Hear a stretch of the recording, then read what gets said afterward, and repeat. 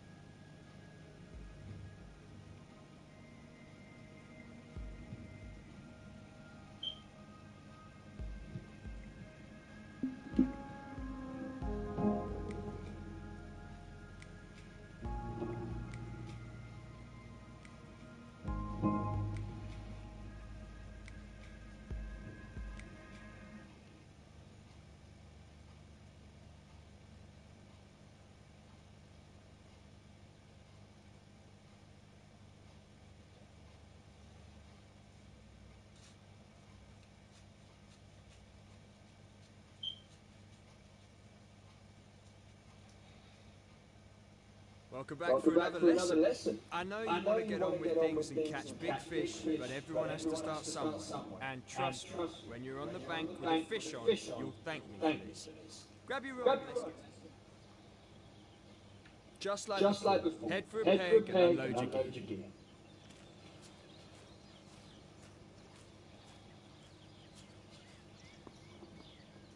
Now let's talk water. Take a minute and have a look at where you're fishing from. You can see there's a decent margin on the opposite side of the lake, with some overhanging trees and some reeds. An ideal place for a carp to hang down. Almost anyone can cast a rod out and wait for the occasional fish, but it requires skill and technique to catch a big fish consistently. That's where watercraft comes into play. One element of watercraft is looking for the visual cues. Keep an eye out for splashing, shows, and small feeding bubbles. These all indicate that there are fish in the area, and this is where you need to be targeted. I'm broadcasting it. Now, it looks like there's a lot of weed over there. That'll make things harder. Weed is a fish's dream and an angler's nightmare. If you're using a bottom bait and you cast into weed, the bait will be hidden and the fish won't find it easily. It can also tangle your line and help the fish escape your hook. So, when fishing over a weed bed, try using something that sits above it. A chod reel will do the job. Don't worry if you don't have one, you can just use mine for now. But I want it back at the end of the lesson.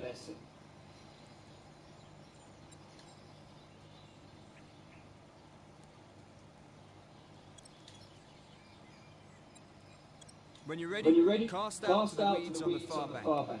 Don't worry if you don't hit them the first time, just reel in and try again. Although try not to do that too often or you might spook the fish.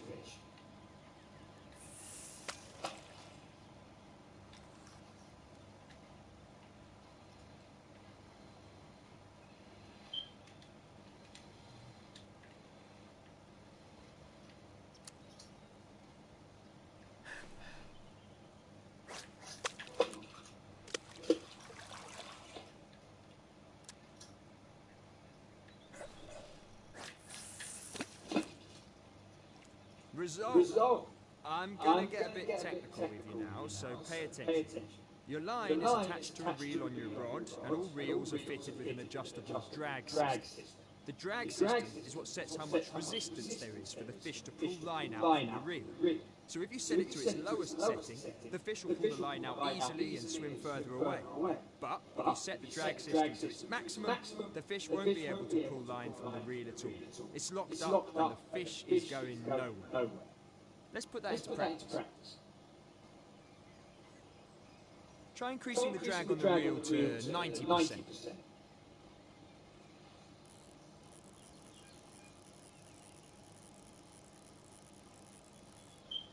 Okay, if you had a fish on, it would find it difficult to pull line out from your reel. Bear in mind though, when you have your drag set this high, you're adding more tension to the line, and that could lead to losing the fish. To monitor your tension, take a look at your drag system. When you have a fish on, you'll be able to see how much tension there is on the line by checking the tension gauge. Blue shows you when the tension is low, and red shows you when the tension is high. The two indicators at each end are there to show you when you're in real danger of losing the fish. You don't want to be in here, so adjust your tensions accordingly to get out of the danger zone. With that in mind, let's lower your drag to something a little easier on the fish. Something like 30%. When the drag is set this low, the fish will be allowed to take the line with a little bit of resistance, but it shouldn't be enough to lose the fish. The trade-off with setting the drag too low is that the fish can easily take the line and head for things that could snag it. You really want to keep the fish away from reeds on the bank and weed beds. If the fish makes it to those spots, then it might well be game over.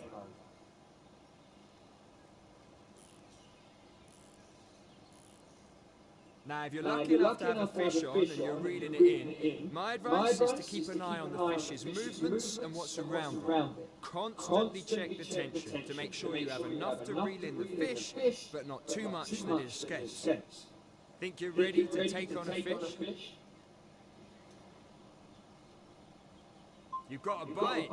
Time to see if you've been paying attention. Start off by reeling in to tighten the line and help set the hook. But keep an eye on the tension. If you lose this fish, you'll owe me a new chod reel. Now stop reeling for a second. You don't want to add too much tension to the line.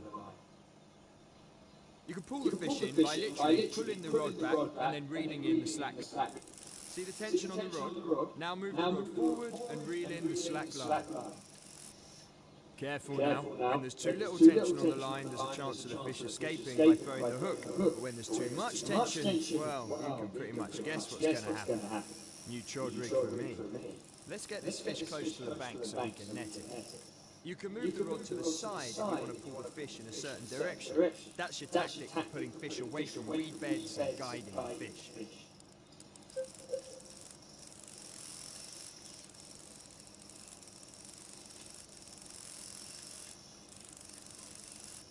Quality stuff. You're almost ready to net this fish. Just reel it in a little closer.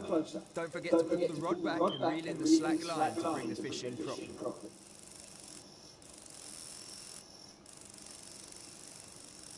Here we go. Make or break time. It's time to net the fish. Start off by picking up the net. Check it out. You've caught yourself a beautiful common carp. You've also bagged yourself some experience and tackle points. Let's get this little fella back in the water and we'll call it a day. And that's it. In this lesson we've covered how to reel in a fish, how to manage your tension, and you've even bagged yourself a quality common carp. Nice one. Thanks for listening and I look forward to seeing you on the bank sometime.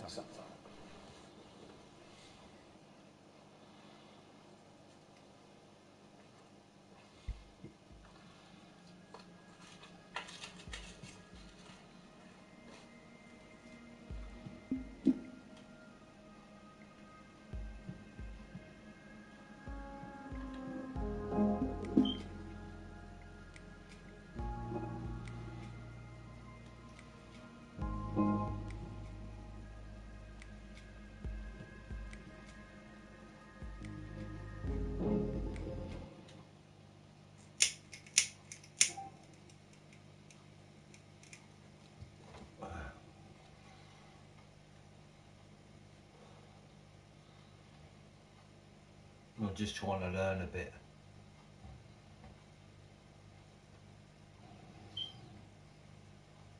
Right, here we are again. Now this time I'm going to teach you a pretty advanced technique for catching fish. Don't worry about setting your gear up on a peg, because this time we're going stalking. Stalking is a term anglers use when they're hunting for fish close to the bank. Now, why would you do this? Well, getting a bite in the middle of the lake and playing the fish is exciting stuff, but imagine seeing the fish on the margin, eating your bait right in front of you before it belts off and you're in action. That's the very essence of stalking. It's close quarters combat fishing. Now, let's get stuck in and see if we can get a bite.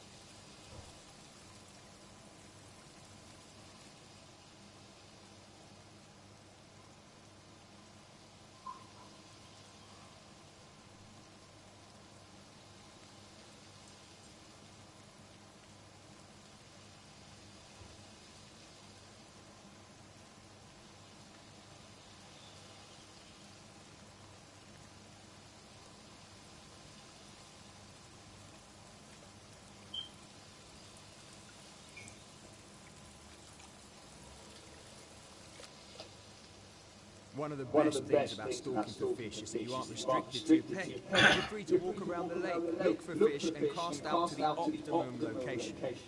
Give it a go. Walk up to the edge of the lake and cast out.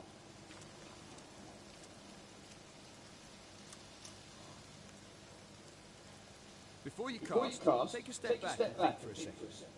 If you're fishing in the margins and you're trying to get a fish in at close range, you're not going to bang out a massive overhead cast now, are you? Casting overhead to short distances is not the way to go. Instead, you want to change your casting stance to an underarm cast. It's a short range cast and is ideal for fishing in the margins.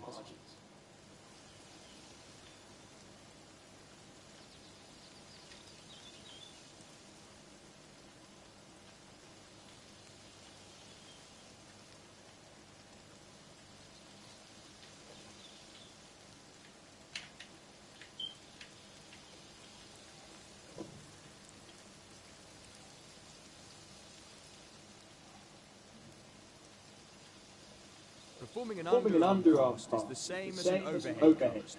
Just hold the line, pull the rod back, and when you're ready, push the rod forward and release the line. It looks simple enough, but it's actually pretty tricky. Have a couple of practices to get used to underarm casting. And just in case you were wondering, you can still change your stance when you're preparing to cast. For this lesson, let's keep using the underarm cast.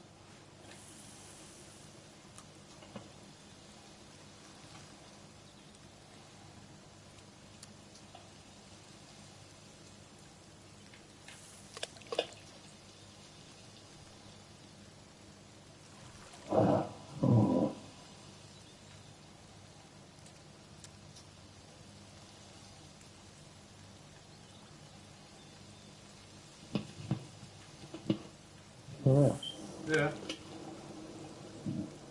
Oh, hold on. I've spotted some fish over there. Quick, reel in and shift it over there before they spook. Remember, when you're fishing in the margins, you want to keep an eye on the water and see if you can spot the fish in the lake. I'm just trying to... See a fish, you know, look, right there. Can you see them? I'm guessing there's a few doubles over there. Quick, cast your line out and hopefully one of them will take it.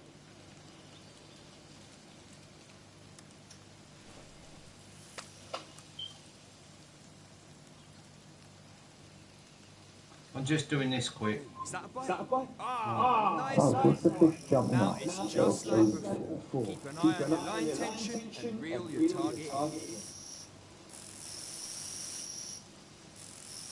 I've learnt about line tension.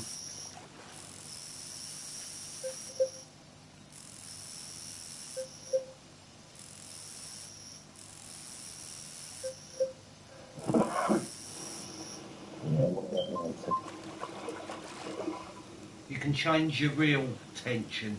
Check with that one out. And it looks like you picked yourself up some more experience and tackle points. We're not ending it here though. Let's put this one back and see if you can catch another. I've just got to do one more, unless you want to go. That's all right.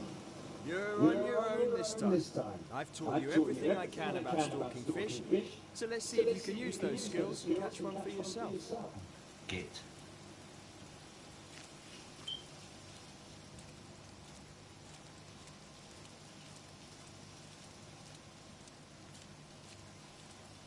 Stalking fish.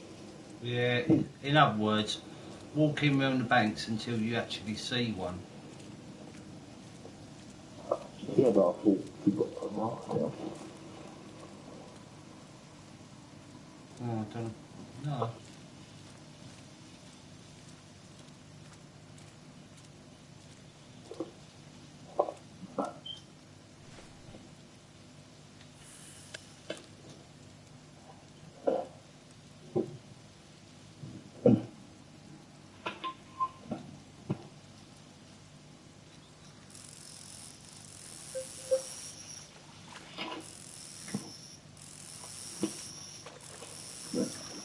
Mind you, say, do you know what I like about this? What? You can pick out and play it within 5 minutes. Yeah, yeah. Landed! And that's a lovely looking fish too. Shame it isn't a massive one, but catching these lovely looking carp is still great fun. fucking learn for an hour beforehand. The only thing is the casting. Do you know, I spent 20 minutes and I cast one right. But at least, you know, I mean, right, so the reel, you know, you use the joypad Oh yeah. on the left hand side to go to the reels. Right, on the reel, you know it said 40, Yeah. that's the tension of the line. So you can go up and down and it goes to 99. If you put it on 90, so if you put it on 90 for instance, it means that fish can't run with the line, but obviously of course if it's a big fish it also means they could snap it, but it means they can't run off with it. Right. So it's a balance. Anyway, I'm going to stop broadcasting and you can have a go. Yeah, I'm putting it about 60. Well, you are and you ain't.